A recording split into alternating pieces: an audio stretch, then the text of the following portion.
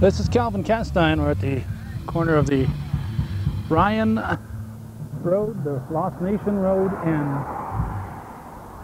Route 11 in the town of Clinton, commonly referred to as the town of Cherubusco, but it's really the town of Clinton, which includes the hamlet of Cherubusco. Across from Dick's Country Store and Music Oasis and Gun Shop for the 8th annual Gibson Fest. Okay, we are here with the organizer of this and the expert. Anybody wants to know anything about the Gibson guitar history, we've got the man right here, Mr. Richard Decosse. And tell us, Dick's Country Store and so on. Dick's Country Store and Music Oasis here in Cherubusco, New York. And gun shop, right? And we have a gun shop also, yes we do. And how did this originate? Well, in 1994, Gibson Company celebrated their 100th anniversary. And I had known for some time that the founder of the Gibson Company, Orville Gibson, was born in the immediate area.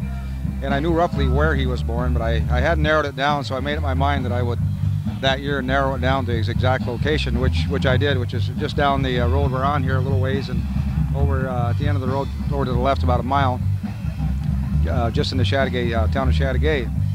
So to coincide with that, some people from the Gibson Company came up, and we erected a sign to commemorate the birthplace of Orville Gibson, the founder of the company, and had a little ceremony down there. And then we decided we'd have a festival that day. It was basically started out to be just a one-shot deal to celebrate the occasion, and people just had such a great time that day that they came up to me afterward and they said, "Gee, you got to keep doing this again. This is great." And so that's kind of the way it went. We had bands come in. The bands volunteer their time. They come in and play. The bands like it because they feel it's a way of giving back to the people for their support. And of course the people like it because they do support the band, so they all come to see their favorite band. And everybody just kind of gets together. I get a lot of volunteer help to take care of things, and people just come in, and there's no admission. Bring the lawn chairs and bring the family and the wife and the kids and sit down and relax, and you get 8 hours of music. And then to top it off, each year we've given away a guitar, and this year we're giving away one also. It's a Gibson J30 this year with pearl inlay, which is done by one of our local artisans, Mr. Dave Nichols. He's a tremendous talent in the pearl inlay business. He's probably one of the world's top people.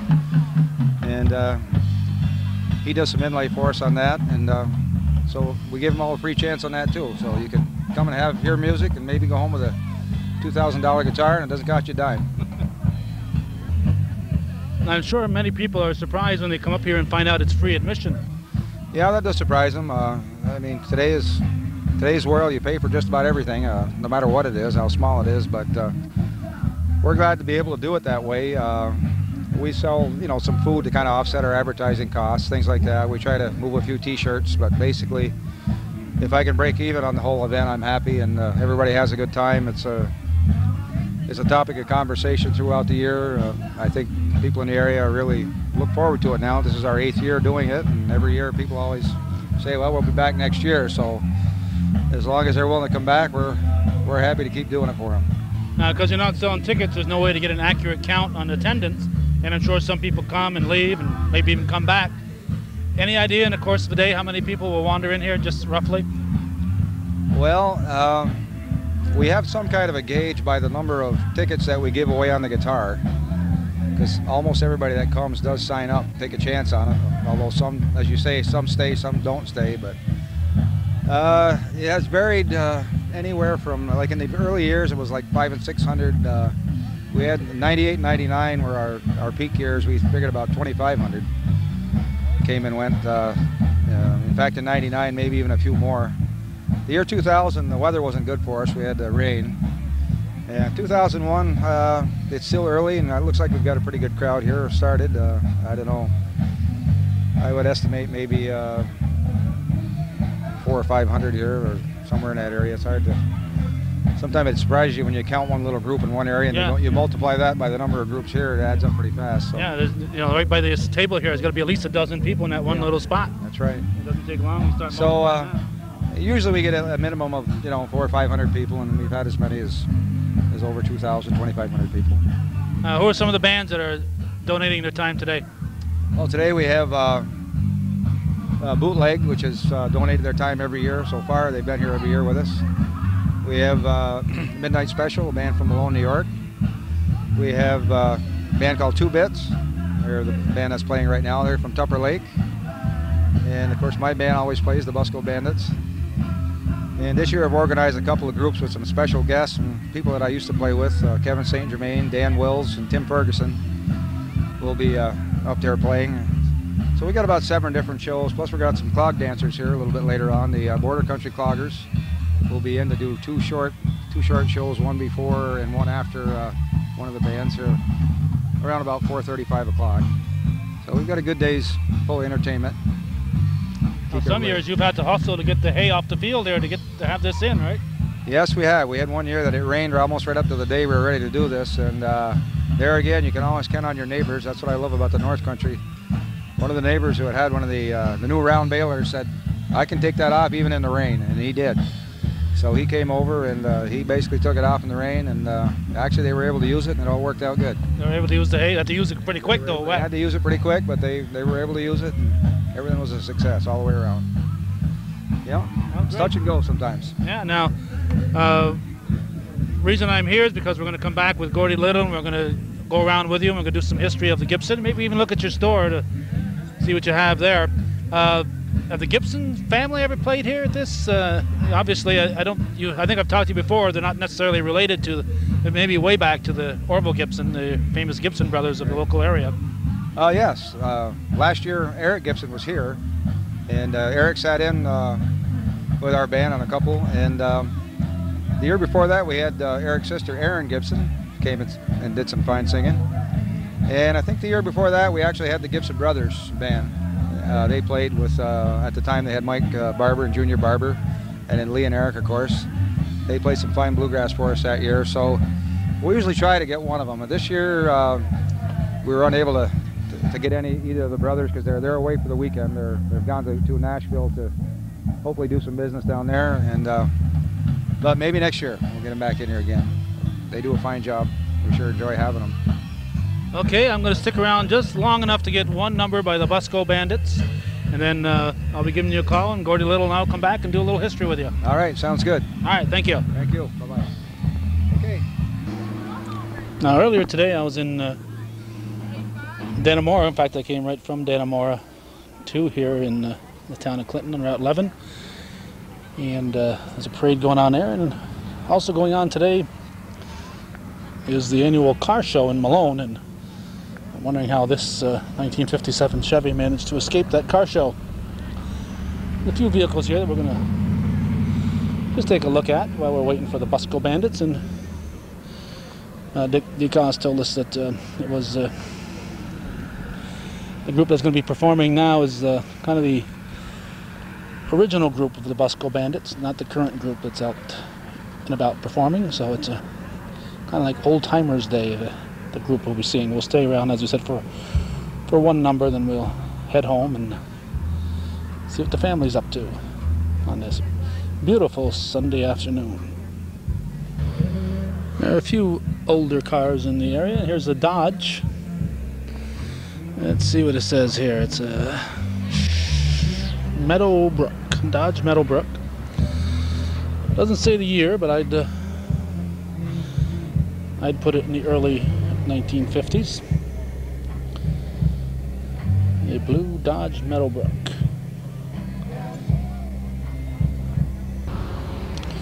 I suppose if I would use my head, I would have looked at the registration sticker on that car we just looked at and sort of told you what year it was. Here's a 1939 Ford, 85 horsepower, and it's a V8. 1939 Ford, and this gentleman over here with the cap on says that's the year that Ford decided to put on hydraulic brakes. Finally, he said, finally put on hydraulic brakes. But if you were in front of the car and the brakes didn't work, this is what it looked like as it came roaring at you. Almost looks a little cross-eyed the way the headlights are fitted into the fenders.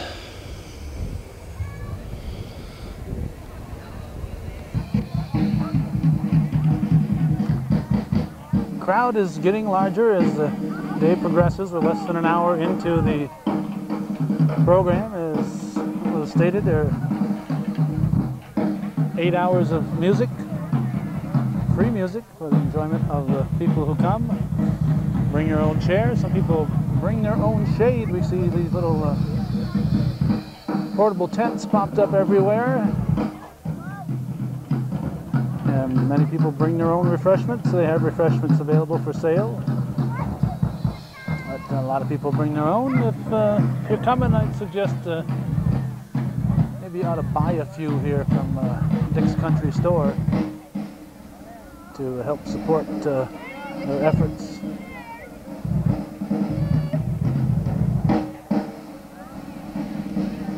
A drum solo and a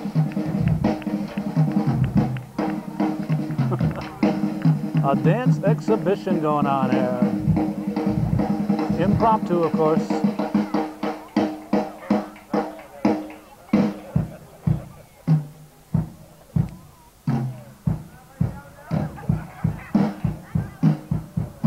Who's gonna last the longest? The longest here, the drummer or the dancer? Drummer's picking up. Can he hold up? Can he hold up? Let's see.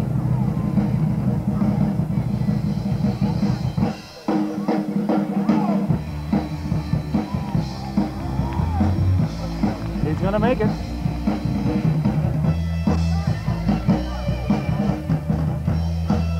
Just a quick reminder, we're giving away a guitar today. All you do to win is go over to the third booth on the end. You get one free chance on the house. We give everybody one free one. And it's over my far left, holding the bass. He may even play it, folks.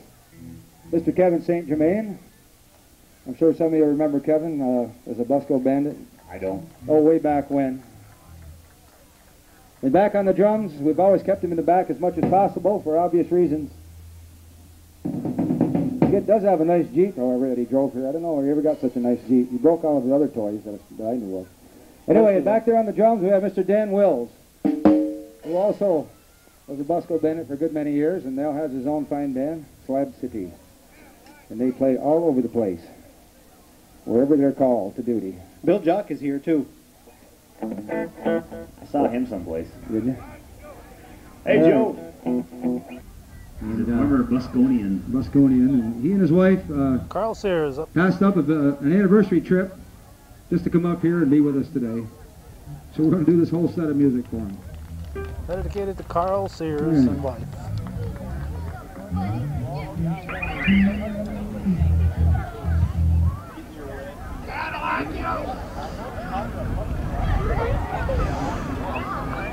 He was known as Little Carl when I know him.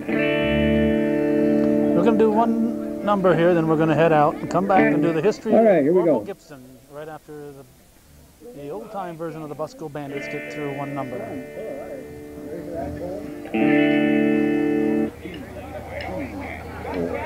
There are stars in the southern sky, southward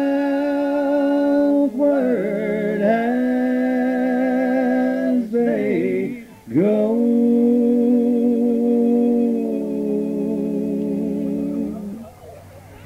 There is moonlight and moss in the trees down the seven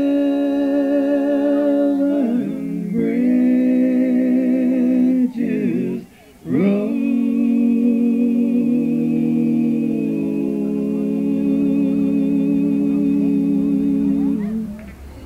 I left Oklahoma driving in a Pontiac, just about to lose my mind. I was going to Arizona, baby, on the California. My mama said that's crazy, my baby combination. I'm going to shoot it out on the sky. And no, I ain't no fool, I don't need no more school. I was going to just walk the line. Living on Tulsa time. Living on Tulsa time. Well, you know I'm gonna do it when I said I was about to.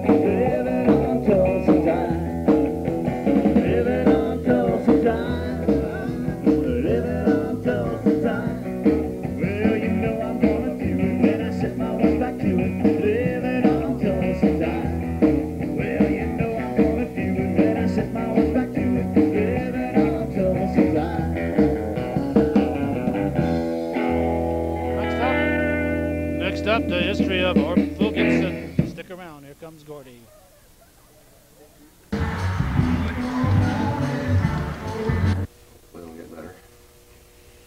Well, hello to all of you, and I hope you enjoyed watching 15 or 20 minutes from the Gibson Fest in Cherubusco that was held earlier in the summer on, what, July 22nd? I can remember things for about 5 minutes after that, you know, the old brain goes. But we're back again toward the end of September 2001 in a place that I've always wanted to visit, and now I have a chance. When I was on the radio, I used to do commercials for Dick's Country Store and Music Oasis on Route 11, town of Clinton, Cherubusco, and I didn't ever know where Cherubusco was until this morning. Calvin got me in the car and took me near here about, what, 3 miles away and said, this is Cherubusco. There you go. I was impressed. Dick Decosse, how are you? Good, great. So we'll call it Cherubusco, okay? We call it all Cherubusco up here. Yeah, that's how we're best known, I guess. We like to find out how businesses work and how they get started and how a guy like Dick Decosse gets interested in music. But beyond that, it's interesting to tell people that we have another famous son from the area, from Chateauguay, a guy by the name of Orville Gibson. That's correct. Yeah, Orville Gibson was born in Chateauguay, 1856. Not very far from here, actually. He's pretty close by. Just up the road here a little bit, a few miles. You know, you see, everybody's heard of Gibson guitars and Gibson mandolins if they know anything about music, but I'll bet you a vast majority of our audience never knew that Orville Gibson was born right here, especially before the Civil War. No, and it was a surprise to me when I discovered it. You know, after I'd been in the music business for a little while, you know, of course, the Gibson guitar has always been a very, very popular brand of instrument with all musicians. And yeah, people would come in, and especially a fellow named Elmer Davies from he's from St. Regis Falls. Elmer kept coming in and saying, "Geez, I'm pretty sure I read about somebody that's connected with the Gibson Guitar Company that's from this area." So he kind of put the bug in my head, you know. And I went up and bought a couple of books and got looking around, and in a book written by Tom Wheeler, I was flipping through there, and sure enough, there it was in print: Orville Gibson, born in Chateauguay, New York. So that I was pretty impressed when I read that for the first time, and I have been ever since, actually. And so I tried to learn a little bit more about Mr. Gibson, although his life is kind of there's not a lot known about his personal life. He was kind of a kept to himself sort of a guy. You know, he was obviously very intelligent. His designs started a whole revolution in music. The way his approach to building instruments was different than anything that had been done before that. That's why he became so successful. He applied violin building techniques to other instruments such as mandolins and guitars, and as a result came up with some very outstanding instruments, and the company became quite well known early on. It was founded in 1894. And not here, though. Not here, no. To my best of my knowledge, I don't think he ever actually built anything here, as far as I can find out. I've heard rumors that some of his instruments were in the Malone area as late as 1957. But whether they were built there, I cannot tell you. It's possible that they were built in Kalamazoo, which is where the factory was started, and they were brought back to this area. But there was a gentleman here who was in the antique business that informed me that as late as 57 he had gone to a lady's house to purchase other antiques, not interested in guitars at all, and that she had related a story to him. She had a boarding house there on Webster Street, which is actually the last known address of Orville Gibson, but also of some of his family members too. So, and she had anyway, they made a deal on some of the antiques that she had, and at the very end she said, "Would you want to buy a couple of guitars?" You know, and Oh, man. and she pulled out some very, very ornate instruments, two of them that had been left. And the story she told this gentleman was that they had been left there. He had left without paying his final rent payment, and the instruments had remained there all these years. Now, I don't know how many years they'd been there. She didn't really say. Wow. So it's possible that because she had a boarding house way back. Of course, he passed away in 1918. Orville Gibson did. But I guess it's possible that they could have been there, but I can't document that in any way. And but anyway, the guy, I showed him after he described the instruments to me in detail. I showed him some pictures of some instruments, and he picked them right out. Oh, so you didn't see the guitar. I didn't get to see him, no. But this gentleman's a pretty reputable guy, and I tend to believe that he did see him. Well, apparently, when you say the guy was kind of a loner in some ways, I can understand that based on reading his biography, because he loved to work in wood. Yeah. He loved to use, as you said, violent techniques to try to make guitars and mandolins. And even when the company started, he didn't want to run the company. He still wanted to make guitars and violins. That's right. That's right. He preferred to, to remain a craftsman more than in a manager position. And eventually, they purchased a group of investors purchased the interest in his company. I think it was in 1908, I believe, or 1907 or 8, for a ridiculously small amount of money by today's standards. But and I believe they kept Orville on as a possibly a supervisor, manager, or designer. I'm not sure what capacity he had for a while. And then within a few years, he did move back to the Malone area, and remained in this area until he passed away in 1918. But he was a pretty interesting guy. There's some of the old photographs you can find of him. He was very colorfully dressed. I don't know if you've seen any of those, but just a couple. He seemed to be a very interesting guy. You got any pictures around? We can look at them later. Yeah, I might be able to find something for you. But not a lot is known about him. His last living relative that we could find, and this wasn't just my own research. This was I talked to Julius Belson, who was for many years the historian for the Gibson Company. Was a Laura Sequin, and she was from Malone. She was part of the Langdon family, who apparently one member of that family or so had married relatives of Mr. Gibson, but she was supposed to be a niece, and she lived in California. She's actually the last known descendant that we know of, and I never did get to talk to her, of course, but Julius Belson had talked to her quite a bit. Another funny thing about Orville is that we've never ever been able to determine his exact date of birth. We know it was 1856, but other than that, it can't be found now. It's interesting. You think that most births in the 1850s would have been recorded in the church records or somewhere? Well, in the we went to the Chateauguay town clerk, and they have records going back into the 1840s, actually. But for whatever reason, in their records, there is a gap between, I think, about 1848 or 49 and 1870. There's a gap there. There's no written records of any births at that time. They start back in about, I think, about in the 1870s. I wonder if there was a fire or what would, I don't know. It's all in it's in a book that they have there, and the entries go right along. In fact, one of his sisters that I recall seeing is recorded in there.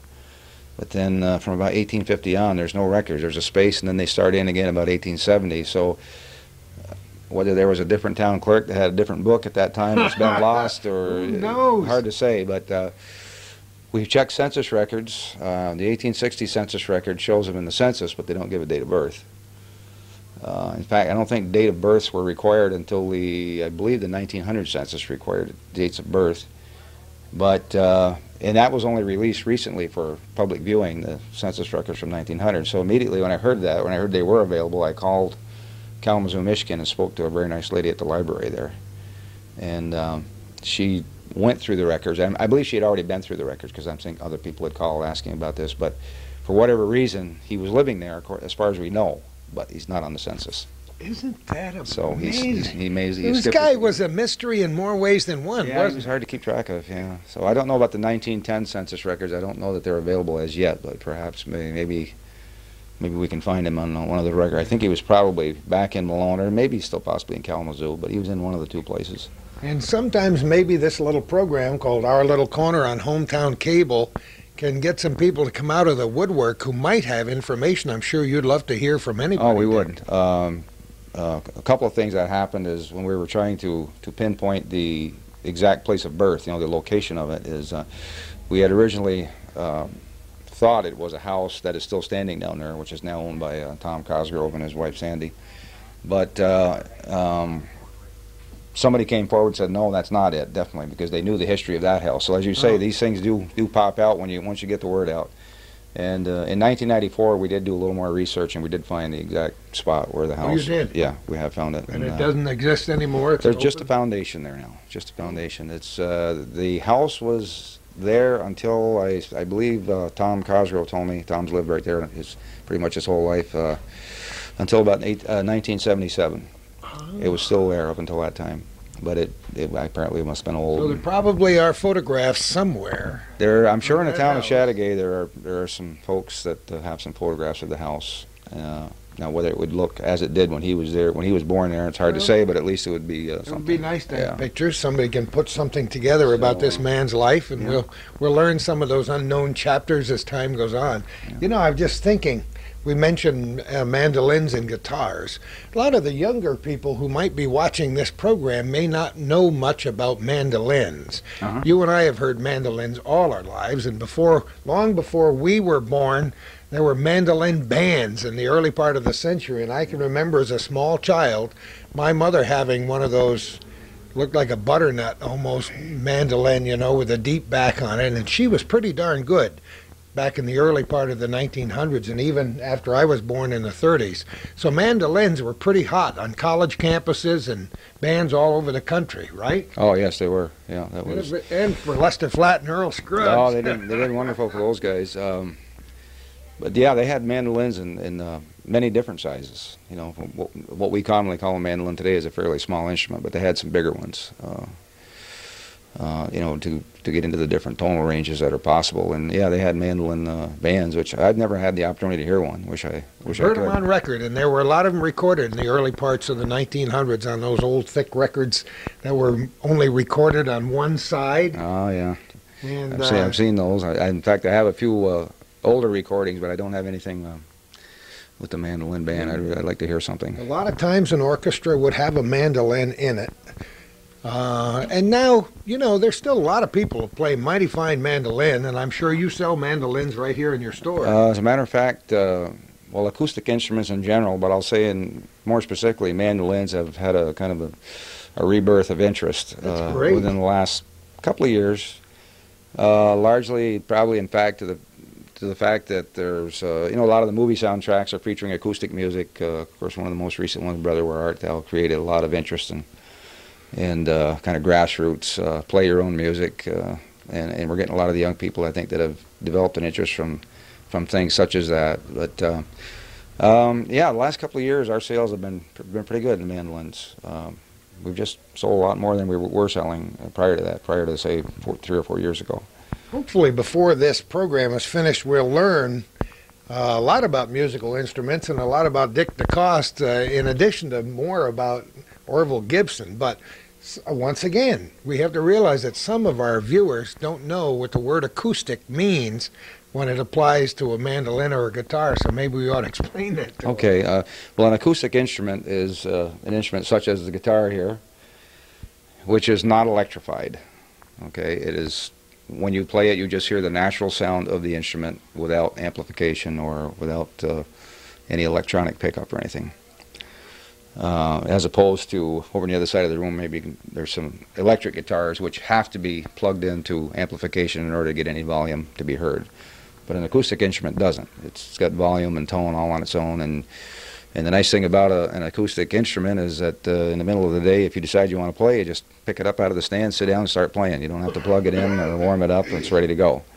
Isn't it nice to see that rebirth in the idea of acoustic instruments? Because you and I were brought up with them, you know. Yeah. And it's nice to hear them. They have their own very special sound. Yes.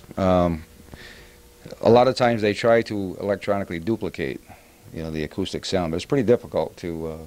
I mean, it's not that it can't be done. In fact, a lot of people do a good job of it today, but in the early days, it was difficult to reproduce the true acoustic sound on recordings because they just didn't have the high-tech recording facilities that they have today. But today they can reproduce it pretty much right to a T, and we're getting some really, really fine acoustic recordings being done today that are just fantastic.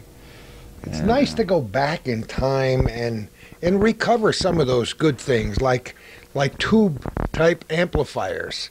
The audiophiles realize that, you know, the old tube-type equipment has a special sound to it that digital equipment can't quite duplicate. That's true. That's true. And there again, in the last 5-6 years, there's been a tremendous interest in tube amps again. It seems like we stepped back in time. It's great though. I think it's important that we do that from time to time. But they have been able to combine some of the best technology of the solid state instruments, combine it with the tube technology, if you want to call it, of the earlier day. And they're coming up with some real fine sounding amplifiers that have that, we call it a warm sound, warm tube sound, which seems to have a little more meat to it, a little more tone.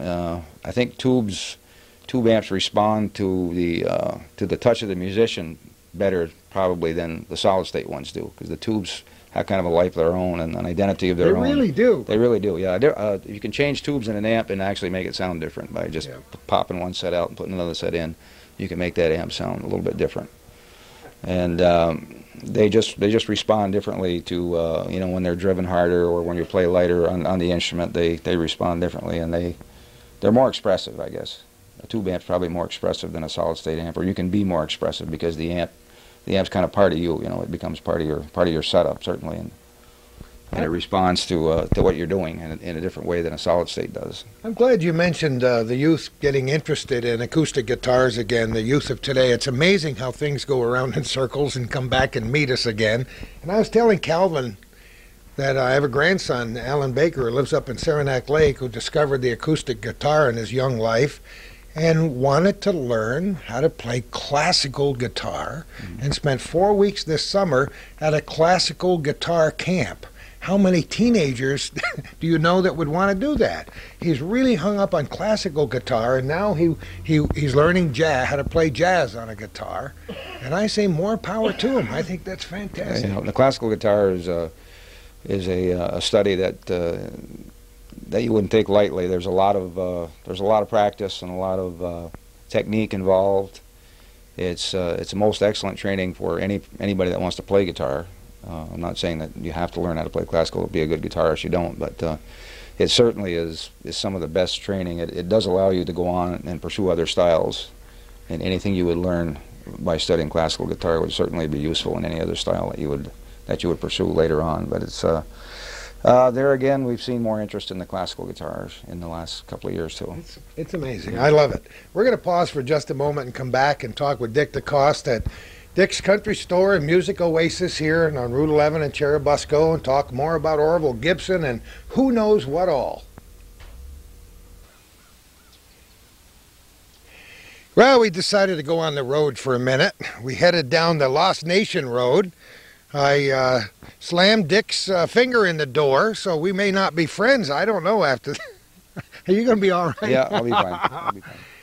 And we came down the Lost Nation Road, the back way, and I asked you, where did the Lost Nation Road come from? And you said, you know, there's more than one. There's one in Canada, there's one... I think there's one in Vermont, too. In Vermont? I think, but there's definitely one on the Canadian side that runs along the border.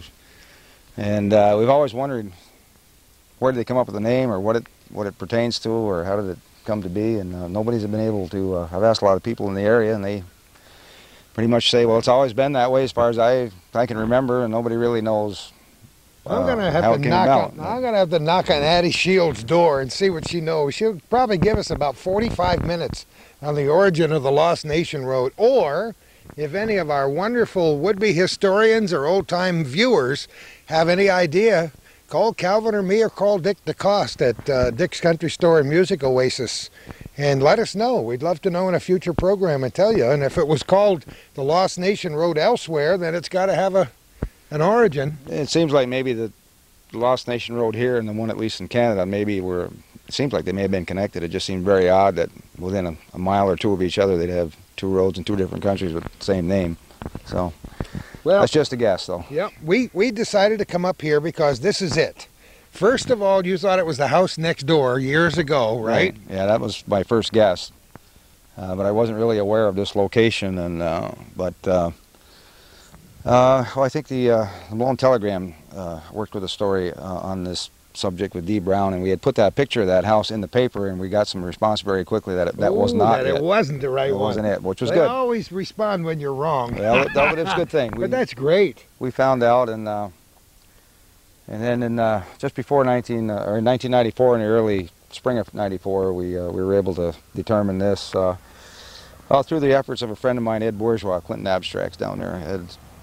Ed can find about anything about anybody when it comes to property and deeds and so on, and I gave him all the information I had, and he went into the Franklin County clerk's office and dug through the records there and found we've got some copies of the deeds and so on, and we determined that this was the spot through those records. Boy, look at it. It's remained essentially unchanged ever since the house was gone. Nobody's done any improvements except that you had somebody make a sign here. Yeah, we put the sign 7 years up, ago. Yeah, in '94. It's starting to show some wear too, so maybe we'll have to get it repainted. Get up here with a little paintbrush. Credit to the person who made the sign. Yeah, who made the sign? Yeah, the sign was painted by Eugene Kramer, who happens to be my father-in-law. And wonderful. Eugene's done many signs throughout the North Country, and so I asked him if he'd do this for us, and he did. He did a great job. And I'm sure that people who are coming by here look over there and say, "Come on, that's where Gibson was born." So that's neat that you should have that sign. Well, I thought it was something that was that should be noted. When you stop and think about the thing that he started, the Gibson Musical Instrument Company. Basically, he founded it, and then when you think further how many instruments they've produced over the years, and then think further into that, all the very famous and well-known musicians that have used those instruments to express themselves and create wonderful music for the rest of us to listen to. I mean, on a worldwide basis, this is a pretty important spot. It's a pretty important spot. It all started here almost 150 years ago. You can see that this was fairly typical construction of a basement. Made out of stone walls around the basement. They dug a hole and put the stone in and put a house, probably a very simple wood frame house, or maybe even a log home, who knows? I'm not sure. As I say, I believe the house was here until the late 1970s. And there we again, got to be pictures somewhere. Maybe one of the viewers might have got a to be picture pictures, of the house and that was here. Anybody viewing this has an old photograph of this area. What is the name of this road that's going by here? This is, let me think here. I don't know. This is, I guess, we call the Earlville Road. It starts up on Route 11, comes down through Earlville, and then eventually meets with the Lost Nation Road a little further up. Ah, okay. A lot of our viewers may not even be familiar with the name Earlville, but I happen to know a lot of members of the Earl family that still live around here. The Earl homesteads are just up the road here, not even a mile. Oh, that's wonderful. Oh. Well, I wish that somebody would come forward with some money to improve the site and put up a proper historical marker here, but at the very least you've done this much. Well, we thought it, as I say, it needed something. We looked into historical markers, and the policy is pretty much you have to raise your own money to get one made, and then of course we'd want to make sure we have the permission of the Cosgrove family, who actually owns this site. But I don't think Tom would mind. He's kept this mode since we put the marker up and kind of made a nice place for people to come, and that was very nice of them, I think. But I talked with the Franklin County Historical Society, and they basically, if they get money for a marker, they have to kind of generate it on their own.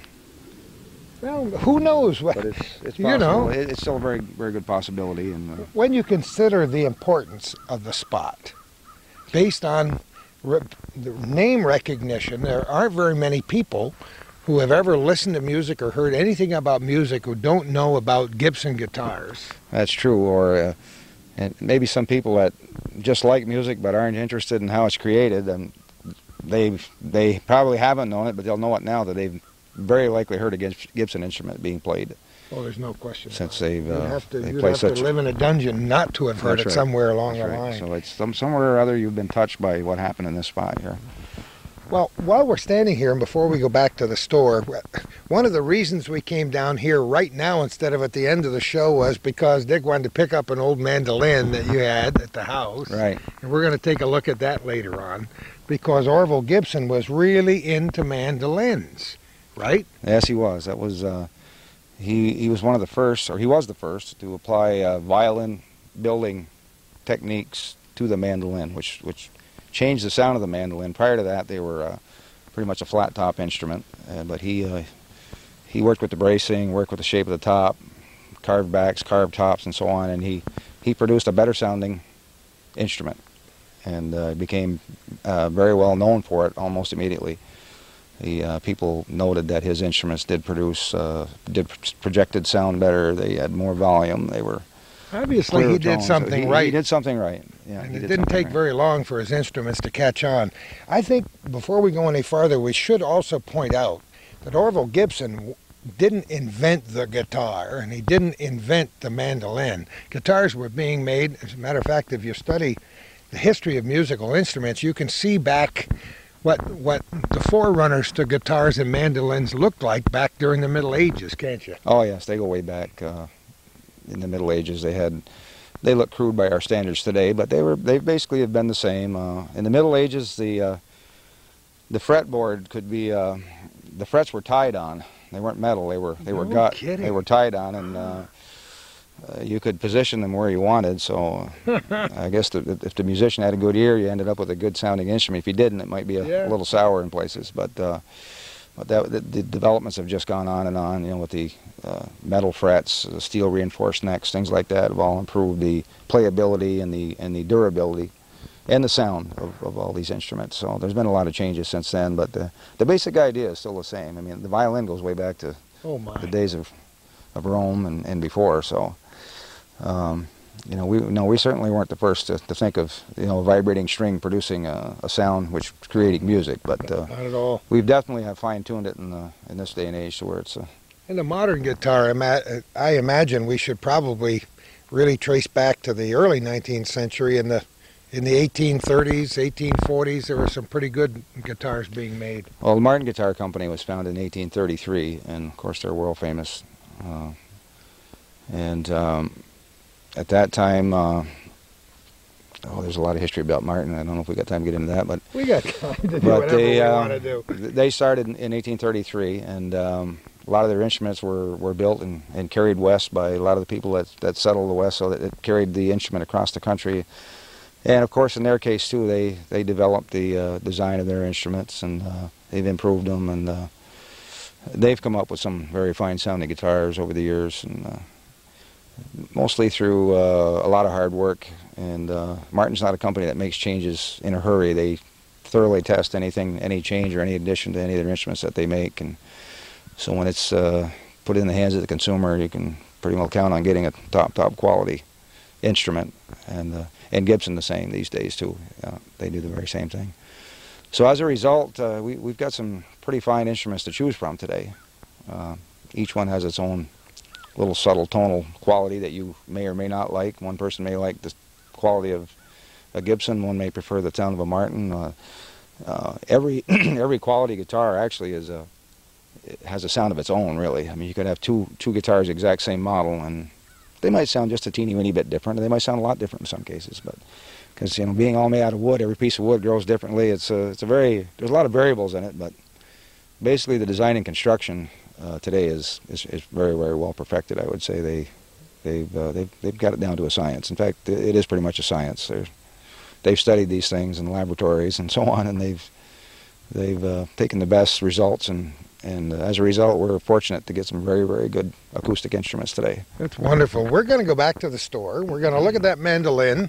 We're going to look at an old Gibson guitar that dates to 1917, maybe? 1917, yeah. Oh, that's really neat. And you and I, as we do this program, are going to get one heck of an education about music, about Orville Gibson, and about this guy, Dick Decosse.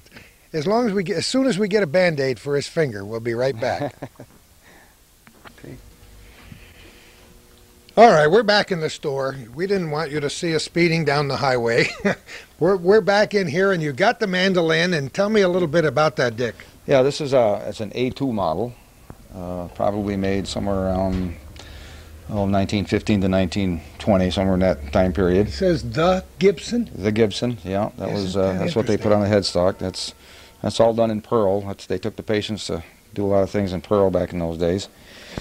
But what made this mandolin different from some of the earlier ones is I don't know if you can get a shot with the camera, but you notice how the top has got an arch to it. It's not flat, okay? And then the back also has an arch to it. Now these tops were carved. They weren't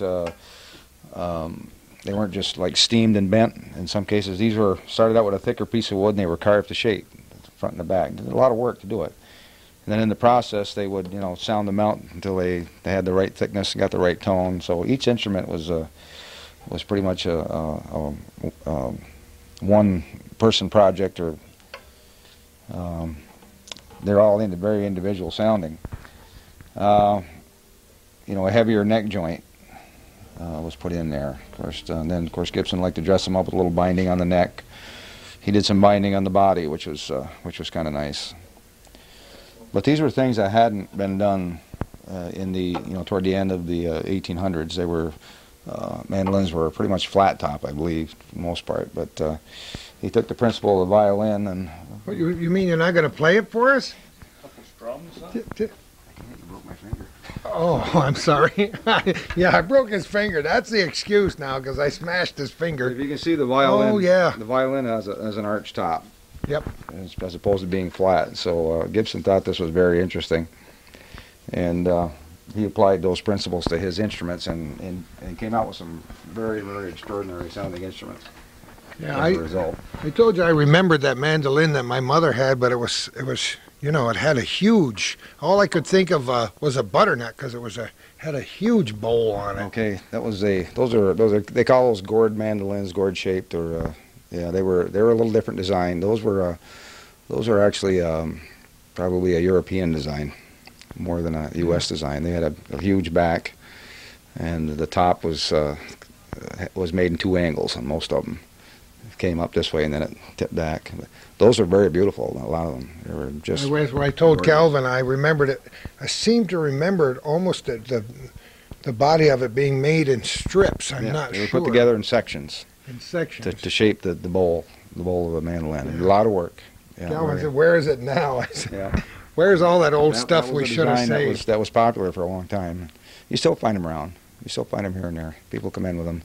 Had this in the attic for so many years and don't know what it is, you know. You know, during the flapper era and before, we have those images in our minds of raccoon coats at a football game at the Ivy League school, raccoon coat, right, and a mandolin, and an old open touring car. Yeah.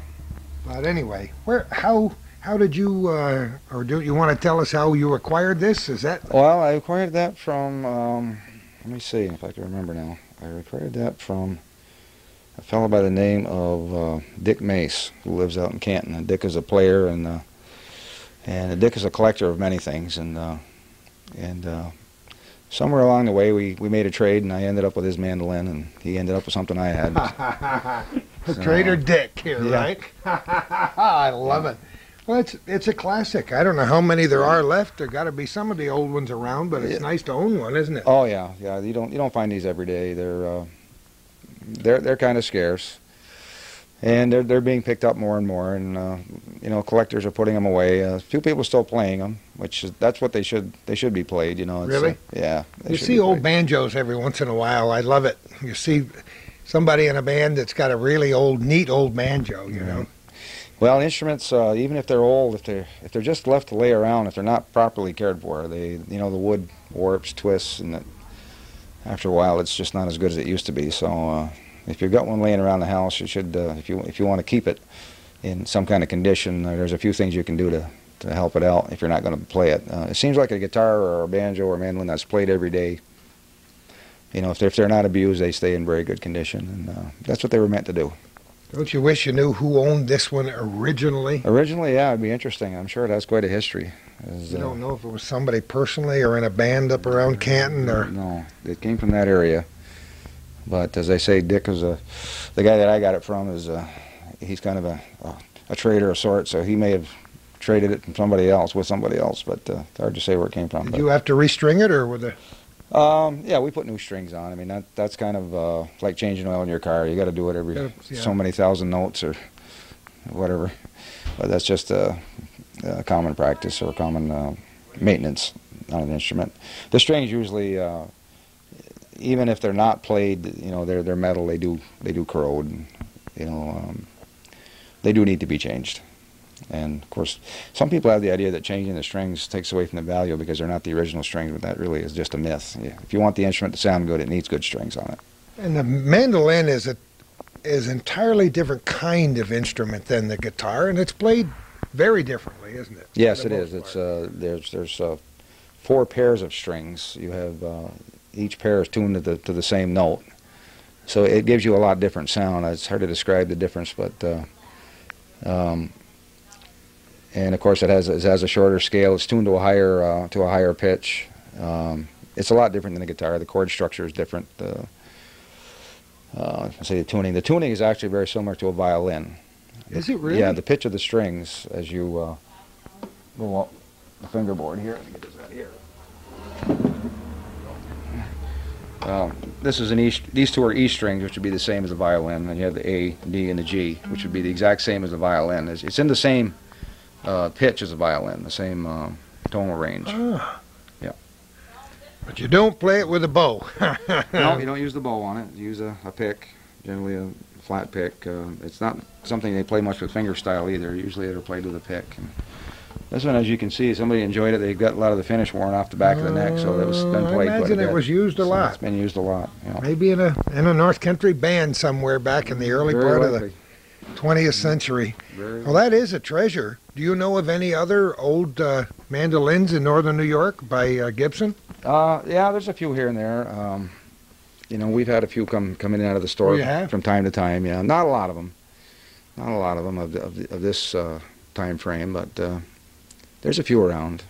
There's a few around, and they're worth hanging on to. They're definitely a fine quality instrument, and a lot of the sounds that we hear today were based on the sounds that these instruments made. You know, a lot of the music that we hear today is based on the sounds that these instruments started out with. You know? Imagine it is. Now, of course, you have hundreds of instruments in your store here at any given time. Do you have a personal collection besides this one and the other guitars? Yeah, I have a few guitars, and well, this mandolin is something that I have in my own collection, and a few violins, you know, banjo or two, a little bit of everything. Some acoustic instruments, some electric instruments. How can you not, when you're into instruments? Well, how can you not want some of the old ones? You do, yeah. We have a few. In fact, I got one old one I can show you. One of the old Gibson guitars. I'd love to see it. Sure. All right, we're opening the case of the old Gibson here. Oh my! Look at this color of the case, huh? This is a Gibson L1. Now, this would have been one of Orville's designs. There again, you can see the top is not perfectly flat. It's got a little arch to it, and the back has also got a little arch to it. You know, a very nicely built guitar. Got some nice binding around the body, some nice binding around the neck. The binding just kind of makes the sides of the neck smoother for the player, a little more comfortable to play. This instrument was built in about 1917, and this one has been restored by actually by Dave Nichols, who's a very fine craftsman. In Malone, right? Yeah, it was playable, but looked a little sad when I first picked it up. And Dave restored it back to tip-top playing condition and restored some of the finish on it. Now, what would these parts here have been cracked before? Yeah, this is they put what they call splints in here. They're little fine pieces of wood they put in there to repair the crack, and then of course they're glued in and then resanded back to the proper height. And then finished over, and it puts the guitar back in, you know, fine playing condition. Well, that's another nice treasure. And they always put the Gibson on them? Yeah, they usually put the Gibson or the Gibson. You know, they had several headstock logos that they've gone through over the years, but they usually said the Gibson. Back in the early days, that was pretty much their trademark. No, I've seen acoustic guitars that were a lot bigger than this. Were most of his relatively small, like this one? He made guitars in different sizes. He made some that were a little bit bigger, and of course now they make, you know, now Gibson is famous for the jumbo, which is the big flat top guitar. But I don't think Orville had as much to do with the flat top guitars as he did with these early arch tops. I think these were more his designs. And then, of course, as the company developed on its own, they had some very good designers that they worked with and developed some new designs too that Orville wasn't actually personally involved with, but that have done very well today. But you know, when you think of all the companies that have come and gone in musical instruments and elsewhere, you think of an outfit like the Martin Company or the Gibson Guitar Company. They had to do something right. Well, and it goes back to Orville right in the beginning. Yeah, he came up with the with the design, especially in the mandolins, and it's just they really haven't bettered it a whole lot. You know, from what the principles that he came up with as far as the instrument building haven't been improved upon a whole lot. Sometimes you hit it right the first time around, and he basically did on the mandolins and some of the other instruments that he built. And then in the case of Martin, they when they developed the X-brace guitar, that was a big, very successful development for them, and that building technique is still used today. It's just like playing a good design that's strong and sounds good too. You know, it's a combination of strength and beauty and good sound all in one package. Well, before we get off the Gibson subject, I asked you this in the car as we were going to the original Gibson homestead.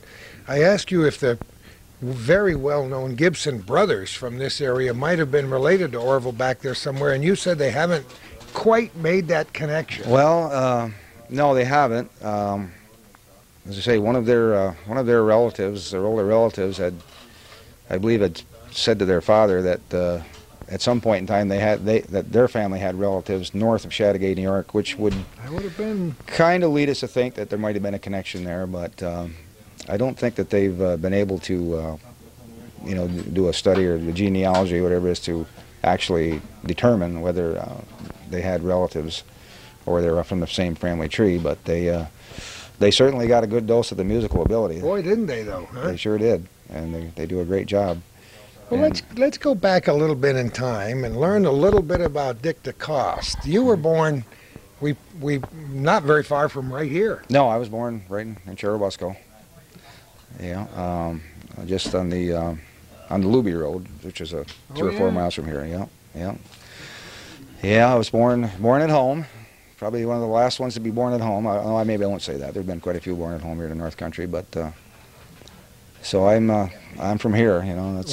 Went to schools in this area. Yeah, I went to started out at Ellenburg Central it was at the time, and then when my father was in the store business in Churubusco, and then he bought this location in 1962. Oh, no kidding. So then we moved from the village of Churubusco to here in '62, and then I changed school districts at that time, and then I finished my last 4 years in Chateauguay Central School.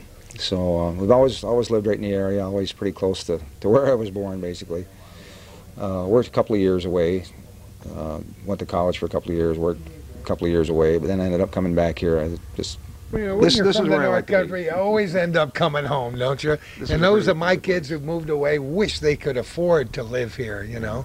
They moved, most of them, for economic reasons. Yeah. But every time I visit a new town, like going up to Churubusco with Calvin this morning, I'm charmed because we have so much wonderful history. Chateauguay, tremendous history. First town in Franklin County, right? And Calvin tells me that this whole area between here and there was part of the town of Champlain at one time. And you go back and look at those old buildings, look at your old house, and look at some of these old buildings, and you can just imagine what they looked like 75, 80, 90 years ago, can't you? Yeah. Well, we have... the town of Churubusco actually was a little bigger a few years ago than it was. They had a pretty good population at one time. Over 2,000 people lived there. Oh, that surprises me. Yeah, way back. And there was quite a lumbering industry in the area at that time, way back in the early 1900s, late 1800s, quite a lumbering industry. There was a large mill called Clinton Mills. Oh, yes. There was a big lumber mill there and a big Not lumbering much industry. left there anymore. No, they had a couple of fires there. They had one in 1885 or 6 that pretty much burnt the whole town down, and then I think they had one later on too that burnt what was left. Well, you know, I just wrote a column about some of the major fires which decimated Plattsburgh back at a couple of different times during the 1800s, and things were different back then. All wood frame structures or brick on wood, no central water supplies.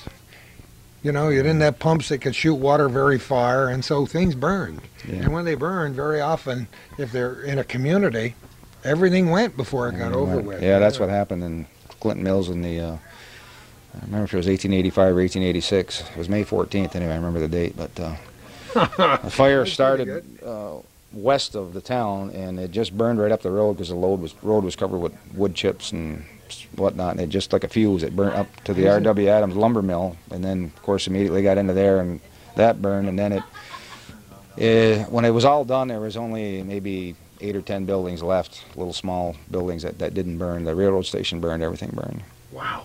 Yeah, the whole thing burned. And then that same fire burned Cannon Corners, too. Oh, it did? Yeah, it kept on going. Isn't that amazing? Come to think of the difference, distance between the two. That's the way it was. That's I mean, the way it was, yeah. We can remember the major fires that have occurred in our own lifetimes. Yeah. Pretty devastating. And even some big ones in Plattsburgh and up in Calvin's area, mostly farms. Too many of them cast iron farms too, right, Calvin? That was one of them, but all the villages, Champlain, half of it was destroyed by fires, a couple of different fires. Yeah, it's sad. Anyway, so your dad bought this property in the early 60s? Yeah, 1962. We moved up here. And, well, Dad started, he was a farmer before he got in the store business, and he ran a store in the village of Cherubusco for a couple of years. And then this location became available, and Dad thought it would be a better spot because of more traffic, and which it turned out to be. It did very well for him. And in 1970, I took it over from him, and eventually purchased it. 31 years already? Yeah, 31 years. Wow. Yeah, I've been here 31 years. So it didn't look like this in 1970. Not quite. No, it's changed a lot. We've added. I think we're up to like 16 different additions and modifications that we've done. Have you really? Yeah. You're gonna keep adding on till you get it the way you like it? Well, I don't know. I guess that's what you have to do. Well, you've just diversified into so many things. We haven't even mentioned it yet, but you're interested in yourself in hunting, and there are a lot of hunters in this area, and you sell guns, right? Yes, we do. Yeah, we've always kind of catered to the hunters, and they're fine people, and we try to carry a good supply of hunting equipment, firearms, and whatever the hunters need. It's a great sport. I certainly enjoy it, and we try to help them enjoy it too. Well, let's go back to the beginning and where your interest in music was first generated. Where do you think? Well, my father's family was quite musical. Grandfather was a very good violin player, and of course several of my uncles played. My Uncle Esmond took up where my grandfather left off, played the violin. I had an Uncle Marshall was a guitar player. Aunt Eva was a violin player. Wow. There was quite a few relatives. My father played a little guitar, but he didn't really stick with it. But he could play at one time, but he didn't stay with it. But he played harmonica some too, and of course the entertainment when my father was growing up was largely house parties. Sure. And because he's told me on the weekends many times their family would be the hosts of a house party. And a house party back then meant, get out the violin, get out the guitar, the banjo, whatever was there, mandolin maybe, and 30 or 40 or 50 or 60 people would come and spend the weekend with you. It wasn't just I'm so glad you brought this. This is a really an important piece of Americana, and especially in rural areas in the North Country, where that's where the idea cut a rug first came from. You'd get back there and you pull the furniture back. If you had a living room rug, you'd roll the rug back so you could dance on the hardwood floor. And they thought all the farmers went to bed at 8 o'clock at night. Not during the house parties. No, not on the weekends. No. The weekends that's the time hard-working, to kick back and relax. People. Yeah, and so the music came from there. I mean, a lot of the people that came to these parties were musicians. And brought their instruments, and they just had one heck of a good time. And Sunday afternoon, they'd all head back home and go work hard for another week, and then maybe the next week another family would host a party, or maybe in a couple of weeks, or whatever, a month or so. But there was a lot of that kind of thing in the area. You were exposed to it as a little kid, huh? Well, I wasn't exposed to it a lot. I mean, it was kind of coming to an end by the time I came around, but we were exposed to it quite a bit. Yeah. My grandmother would have large family gatherings, dinners, and sooner or later somebody would have a violin out and a guitar and whatever. So we kind of grew up with that, and My mother also was a big musical influence for me because she played piano. She was a piano player, and her family wasn't probably quite as musical as my dad's family, but a couple of her sisters played piano also, and of course she played a lot at home. You know, I mean, I can remember all the tunes that she used to play, and I can play a few of them at this point myself. But she was a pretty big inspiration to, I'd say as much or maybe even more than what I got from my father's side of the family. Of course, everybody always said, well, if you're a Decosse, you must be a musician, because they know the family history, and a lot of the Decosses were musical. Yeah. But there's the Decosse family from Moores, for example. There's quite a few fiddle players from that family. We're all part of the same family, but Decosses from that area. I've got some cousins that are excellent fiddle players, and some of their parents were excellent fiddle players. And so it's, I guess it's part of the Decosse family tradition to be somewhat involved in music. Kind of a natural thing. What's the first instrument you picked up? Was it piano? Well, it was the piano, yeah. Actually, it was playing the piano. Yeah. Took formal lessons as a youngster? Well, I didn't take many. I should have taken more. Yeah, me too. But as I say, my mother played a lot. In fact, I can remember when we got the piano. It had a very hard trip into our house when they were bringing it from where they picked it up. They rounded the corner. It was in the wintertime, and the thing went over the side of the truck and into the snowbank. Come on! And they loaded it back up, and they got it in the house, and it was all right, fortunately. That's amazing. And I still have the piano. It's upstairs. Come on. Yeah, we still have it. That's been in our family for a lot of years. Oh, that's pretty neat. Yeah, it's still here. So piano. Piano's what I started piano, and then my brother wanted to play guitar, so he got a guitar. My mother and father bought him a guitar, a flat top, an acoustic guitar, and so he and I used to do a few duets, piano and guitar, and then later on they got him an electric guitar, and so we continued to play a little bit, and I've just continued to play, you know, through the years, and still enjoy it. Still go out and play on the weekends. Do you really? Yeah, play, you know, weddings and parties and whatever. Now this is with a group, or just... Yeah, myself and two other fellows have a band. We've had the band quite a while. Had different members through the years, but the Busco Bandits, we played. Busco Bandits. We played a lot of different places. We've had a lot world famous. We've had a lot of at fun. Least within 50 miles of here, within right? 50 miles. Yeah. That's great. I don't suppose you'd ever stop. Well, I don't see any reason to. As long as you enjoy it, it's got to be a wonderful it's not, release. As long as his fingers work. Yeah, as long as that finger survives. I can't picture you with a splint on your finger playing. But it's. I won't be able to ever live that down. It's you know a great that? enjoyment. You know, and it's sad because I do see some people that come in and say, "Well, I used to play, but I gave it up." And, you know, why do you give it up? You know, how many of us do that? I mean, you know, I played trombone all through high school, all through college. I started taking my first trombone lessons at maybe age 7. Mm-hmm.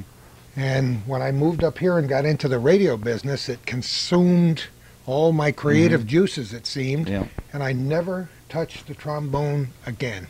Mm-hmm. And I'm embarrassed to say that I'm not sure I would even know the positions now. Well, maybe if you had pursued it, though, maybe we wouldn't have had you here today. You just never know where your paths are. You have to go where your passion is too. You know, if you don't, you just have to have a certain passion for music, the same as you do for broadcasting. And the stronger one is going to win out. So. Yeah, one way or the other. Now, what I remember many years ago on the radio when you first built a studio here. A recording studio. Mm-hmm. Do you still have it here? It's down at the house where we picked up the mandolin, actually. And I don't use it a whole lot anymore. But you used to do some pretty good stuff, because every once in a while, like Christmas time, I would get a Christmas tape that was pretty darn neat. I wish I had saved those. Yeah, we did it a couple of different years. We did a project where, of course, I get to know a lot of musicians, and there's a lot of great guys in the area that play music, and we all got together in 2 different years and did I guess about a half hour Christmas program. Wonderful and very well accepted too. We had a great time doing it. That's the best part of it. I mean, it's just so much fun to do, and you know, you get to be with your friends that enjoy your interest in music, and we just had a wonderful time doing it, and. Yeah, we played it over the radio both years, I think. It was great. And it was fun. Very enjoyable. But after all this time, finally, I get to look at the operation here from the inside out. What about Dick's Country Store and Music Oasis have we missed? Now, I know you're into guns, into musical instruments, groceries. Well, yeah, you need to eat, you know. Yeah, you know, I see You got to people cover all the basic walking interests. So out with we, a cup we of have coffee this morning. that was actually the beginning of the business was the grocery store. Oh, it was. That With was your dad. Yeah, Dad was in the grocery business, and so that was the part that I took over originally. And then, of course, being interested in firearms, I evolved into that within 2 or 3 years after I was established in the grocery business. I started selling firearms and ammunition on a small basis, and we've kind of expanded into I a would larger say selection. kind of expanded. Took time, but we got there, and then I guess about 1977, I started there again in a very small way in the musical instrument business.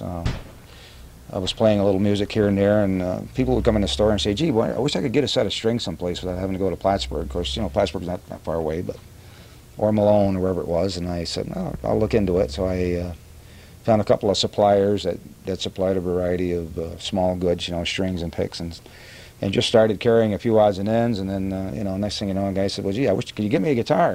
So And now look at the place. just kept going from there. And who came up with the Music Oasis idea? Because here we are, and I won't say this is Podunk, USA, but it's Cherubusco, USA, and there wasn't any other such store, so I guess was that just a natural progression? Well, we're at an oasis here. Yeah, I guess that's kind of the way it went. I don't know. I'm pretty sure I coined the phrase "music oasis." Oh, I'm but, sure. I'm pretty sure you did.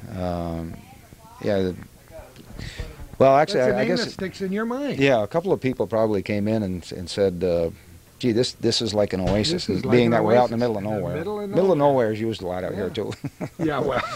But so then I put it together. Well, it's a music oasis, because we were into the musical instruments, and people were coming here from quite a distance to see what we have to offer, and so and it's always stuck, and people seem to like the name, and so if it works good, if it isn't broke, don't fix it. So we kept using it. Well, it doesn't sound to me like you're in any kind of a crank down mode toward retirement. It sounds to me like you're enjoying what you're doing. You may be doing this for a while. I do.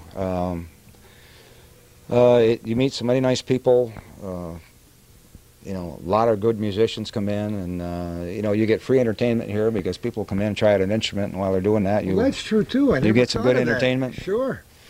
And another thing I'm able to do by being here is when a person comes in and they say, "Well, I'm thinking about, I want to learn to play the guitar. How do I get started?"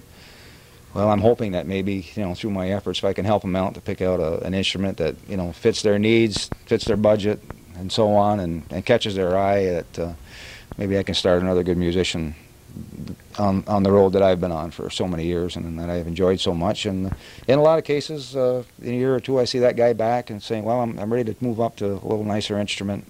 That's neat. And it's so I'm hoping that along with enjoying what I'm doing and obviously making a living at it, but I'm also hoping that I'm helping to propagate music in the North Country, and there is a tremendous amount of talent in this area. Oh my! There's a tremendous I've amount of always talent. known that. You've mentioned 3 or 4 different families that have been playing music for, over 100 years. If you want to go back 2 or 3 generations, and that's pretty neat. How about private lessons? Do you give private lessons? I don't do private lessons myself. There's a gentleman that's a good friend of mine, Jeremy Drake, and he and I also play in a band together. Jeremy is a full-time private lesson teacher, and probably the best there is in the whole North Country. He has an excellent method of teaching, and so he takes care of the private lesson part. If anybody comes, he's the professional in that regard. So I just send him to Jeremy. Jeremy does a great job. Well, the kids that want to take guitar lessons, he must be pretty well maxed out, isn't he? He's got a pretty full schedule, but some people come in, people come and go, and he does get openings, but he's got a pretty full schedule, but he's very dedicated, and here's a guy that gives lessons all week, and then when the weekend comes, he's still fired up and ready to go play music, and have some fun for himself. So he just loves music, and he does a great job. So. That's wonderful. You talk about perpetuating a love for music. You've done that, but also just by virtue of having us down here today and allowing us to come in your store, you're perpetuating a love for the history of music. When we talk about Orville Gibson, that's how we started our program today. That's how you round the circle of your interest and passion in music, is by knowing where these instruments came from. And to learn, I'm sure many people were astounded when I was to first learn that Orville Gibson lived right in that little house only a couple of miles from here. I think that's pretty neat. It does amaze a lot of people, and as I say, you have to just scope the whole thing out from where it started to what it's turned into, and all the people that it's touched over the years. Everybody's been touched by music played on a Gibson instrument, and the fact that the instruments were of high quality. Jamie, line 1. What I've always said is a high quality instrument is very responsive to the touch of the musician, and it allows the musician to express himself through the instrument. You know, if you're trying to play on a piece of plywood bolted onto a plank with some strings on it, it's pretty hard to be expressive. But when you've got an instrument and when you hit the string, it responds, then you can produce some just wonderful music. And that's what come out of that little spot north of Chateauguay, is a man with the idea and the vision to build instruments that will give that kind of response to the musician. That's great. Now, you sell a lot of other different kinds of musical instruments here. Of course, the minute I walked in, I was attracted to your display of Hohner harmonicas, mouth organs as we called them as kids. And when I was a little kid, every kid had a mouth organ. And not all of us could play very well, but we had a mouth organ. And it was an instrument that was accessible and inexpensive. And still, there are people playing the mouth organ. I wish more kids would say, "Dad, can you get me a mouth organ?" Well, they're selling pretty well today. Even the mouth organ or harmonica is something that anybody can grab a hold of, and almost instantly you can get sounds out of that are going to be self-gratifying. Maybe not necessarily music, but you'll enjoy what you're doing with it. It's a lot of fun, and there again, it seems like a very simple instrument, but it's one of those kind of instruments that kind of fool you, because it only has 20 notes. Most of them are 10 holes but to play it well, you need to develop a lot of technique, and you need to do some pretty hard work, because some of these guys, you can see out of a little 10-hole harmonica, they can play some tremendous melodies. Music. Yeah, with a very limited amount of notes available to them, and so it's like anything else. You can jump into it and have fun with it right off the bat, but pursue it to the point where you're a professional at it. It takes a little work, but the whole journey is fun. That's the best part. It's fun, of it. and there are many different kinds of guitars. There are many different kinds of harmonicas, from the big, huge monster bass harmonicas to chromatic harmonicas of all kinds, to the very simple marine, what are they called? Marine band. Marine band harmonicas that we remember from this Hohner company, which actually is, talk about history of music, making harmonicas in Germany for a long, long time. A long time, very long time. Yeah, that's great. We remember those of our viewers who are as old as I am, and a lot older than you are, Dick, remember the days of the harmonica bands in the 1940s and 50s that were tremendously popular on the radio and on early television. Jerry Murad and the Harmonicats. Harmonicats. Well, I saw them on the Ed Sullivan Show many times. They were terrific. Did you really? You are old enough to remember the Ed Sullivan Show. I just have a good memory. But they were terrific, and they did help to popularize it. It's like organ music back in the 1950s and 60s. That people wanted to have an organ in their home because of some of the great music back in those days. So, yeah, those records are occasionally still around. Oh, they're around. Yeah, they're around. Somewhere at home, I've got some old tapes with Jerry Murad on there. You've inspired me. I may have to go drag them out and listen to one or two of them tonight. So tell me a little bit about now you say you're not going to retire, so what's in the future? Any ideas for adding anything new here or doing anything new and exciting with your life? Well, excuse me. I guess at this point, as I say, I'd like to continue with the business. I enjoy it. I do need a little bit more time for myself, though. This can consume 80 to 100 hours a week of your time between the music and the guns and the grocery business, and so I'd like to get down to 40 or 50, and but we have some good help here now, and so I'm getting a little more time, but that's pretty much it. A little more time for myself and my family to do a few things, and well, let's talk maybe about your more time family. to get out and play some more music. Yeah, that too. But let's talk about the family. Yes, I have my wife Janet. I have 3 children. My oldest son is Richard. Dick, we call him, and then I have 2 daughters, Catherine and Rachel. And my oldest son lives just up the road here, and occasionally helps out here. And of course, my wife works here in the business with me, and my 2 daughters are in school, and we're having a good time, having a good life, and enjoy it very much. Well, I tell you, now we're recording this not very long, 9 or 10 days after this terrible national tragedy that we had, the terrorism attacks in our nation. It makes you want to get back to square one. It makes you want to think about your family and how important it is for family to do things together, because, you know, you're all of a sudden, and as you grow older, you realize what mortality is all about, and none of us ever knows how many days we got left on this hunk of mud. So you better do something that you enjoy today with your family and with your friends, right? Oh, that's true. And as you say, as time goes on, you begin to realize that more. You realize that you know, you're not going to be here forever, but make the best of it while we're here. That's the important thing. We're going to do that. I think we're running out of a battery. We're going to put a new battery in and wrap up our great show from Dick's Country Store and Music Oasis. I was just telling Calvin and Dick, we walked down a lot of roads, literally and figuratively today. We started with Orville Gibson. We went to the place of his birth, and we've gone around the block a couple of times in our discussions of various things about this area and about Dick Decosse and his family. It's been an interesting road you've taken us down today. Great story down here. Good. Well, I'm glad that you find it interesting, and as I say, that's what keeps me here. Is you know, every day there's something different. A lot of people come in the door and say, "Gee, you're out in the middle of nowhere," but you'd be surprised how many things happen out in the middle of nowhere. That's like Calvin and I love the middle of nowhere, and we've been to lots of middles of nowhere. And what we found is everybody's got a story.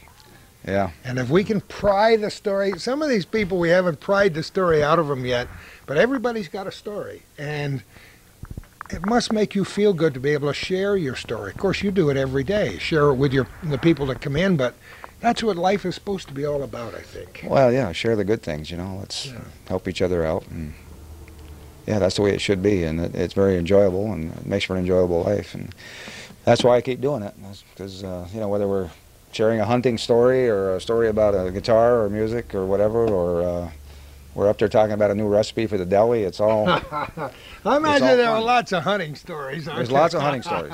Some of them, and never do we ever embellish the truth, right, Calvin? Hardly ever. Talk about sharing. I want to mention that you're always interested in talking to people that might have antique instruments and so on that they might want to buy, say, trade or sell. Oh yeah, or just bring in to have a look at. I mean. There's a few around, and there's a few I'm sure we haven't seen, and people do bring them in. People bring in, you know, old violins. Violins are tough. I'm not really an expert on violins. That's a whole market all on its own. But within a reason, I can give you some idea what it's all about. But guitars, I'm probably more familiar with, and the mandolins to a certain extent. But we're always very interested to talk about, you know, instruments in general. In the history of music, as we mentioned earlier in our program, hopefully there are people who know more about the life of Orville Gibson to fill in some of the blanks, like what exact date was he born, and a little bit of extra background. If anybody has a photograph of the old Gibson homestead, that would be very interesting. It would be wonderful, because if it was here till the 1970s, you know somebody took a picture of it somewhere along the line. The other thing interesting about Gibson, too, is that, I mean, it ties in this whole area because Orville's mother was from Peru, New York. Oh, see, I didn't know that. She was from Peru, New York. Father was from England. So we've got more. At the very end, we're getting new tidbits here, yeah. Her name was Amy Nichols. And she actually was the property owner of the lot that we went to look at. Well, when I guess as was customary at that time, when if the lady owned property and was married, the property name went to the new husband. So John W. Gibson, who was Orville's father, was the actual name on the property that was down there that we visited this morning. But there again, you've got a tie-in with the Peru area, and of course England. John W. came from England, and there's a little story about him. He arrived here with a note pinned on his jacket with a few instructions as to where he was supposed to go, and this was in the Tom Wheeler book that I read. Every month or so, some money came from England for his upkeep and so on, and then of course eventually he grew up and married and so on, and they had a family, and they had 2 sons and 3 daughters, I think it was, in their family, and Orville being one of them. So somewhere somebody knows even more. I'm sure. And we'd love to hear about it. Just contact Dick Decosse here. What's the phone number down here? It's 497-6962. People give you a ring and supply any information, show you old pictures, and who knows, maybe we can generate enough stuff to do a whole chapter 2 down here at the country store. Right? We found Orville's place of burials in Malone, New York. It's in it is? Morningside Cemetery. Yeah, Dee Brown, who has done a lot of work in the media and so on. She worked with me, and she found that. She discovered that, and we've been there and checked that out. It's just a very simple stone flat on the ground, and he's buried in his nephew's burial plot. But so he's started from here and ended up pretty much back here too. You tell me that the Gibson Company really hasn't shown that much interest in preserving the history of Orville Gibson, probably in Kalamazoo. I don't know if there's even a historical marker. Is there anything to commemorate the man's life? I'm not sure in Kalamazoo. I've never been there. There may be something there. In more recent years, it seems like they are giving him a little more credit. But in the earlier years, you didn't really hear much about Orville Gibson in connection with the company. Yeah. But in the more recent years, I've seen a little more. They do have a scholarship that they give now in his name, and they have put some of his early trademark symbols on some of their instruments. Some of his early symbols were a butterfly, very colorful butterfly. Oh wow, I didn't know that. And one of the other ones was a star with a half moon over the top of it. That was another trademark that he used early on. And you're starting to see those things show up again on some of their instruments. But no, there wasn't much said about him. I mean, I never heard much about Orville Gibson in my early years of playing music. I've heard a lot about Gibson guitar, but I had no idea that there was any connection to this area. But they've done very well as a company, and they are still doing very well. They're building top quality instruments. They're a much bigger corporation now, if you will, and but they still build some very, very high quality stuff, and anybody that buys one is usually very well satisfied with what they get. And it all started with that little shop out there way back when? In Kalamazoo, Michigan. I think in 1888, I believe, is when Orville opened actually a furniture shop and built furniture and so on. And then at the same time, he was pursuing this interest in building instruments, and then evolved into that. And then in 1894 is when they founded the Gibson Musical Instrument Company. And it's gone from there to what it is today, which is a very big, very successful company with some great instruments to offer to musicians from all ages and all types of musical backgrounds and so on. You can find a Gibson that'll fit you if you're looking for one. I love it. Dick Decosse, thanks so much for giving us this little piece of history about Gibson and about your family and your place down here in Cherubusco. It's been a lot of fun. You're welcome. Thanks, guys, for coming over. Glad to do it. At long last, we get to meet the man who knows about Orville Gibson and the Gibson guitar. It just goes to show you that everybody's got a story to tell, and if you know some people who have some good stories, you call Calvin Castine at Hometown Cable. That's in your phone book up there on the Ridge Road in Champlain, or you call me. My number's in the book. You can call Dick Decosse if you want to tell him a little bit about Orville Gibson, or if you're interested in music, or if you want to buy a guitar, or the Lost Nation Road. Yeah, we need to find out about that today. Can't wait to get back and talk to Addie Shields. Who knows where we're going to be next time for our little corner.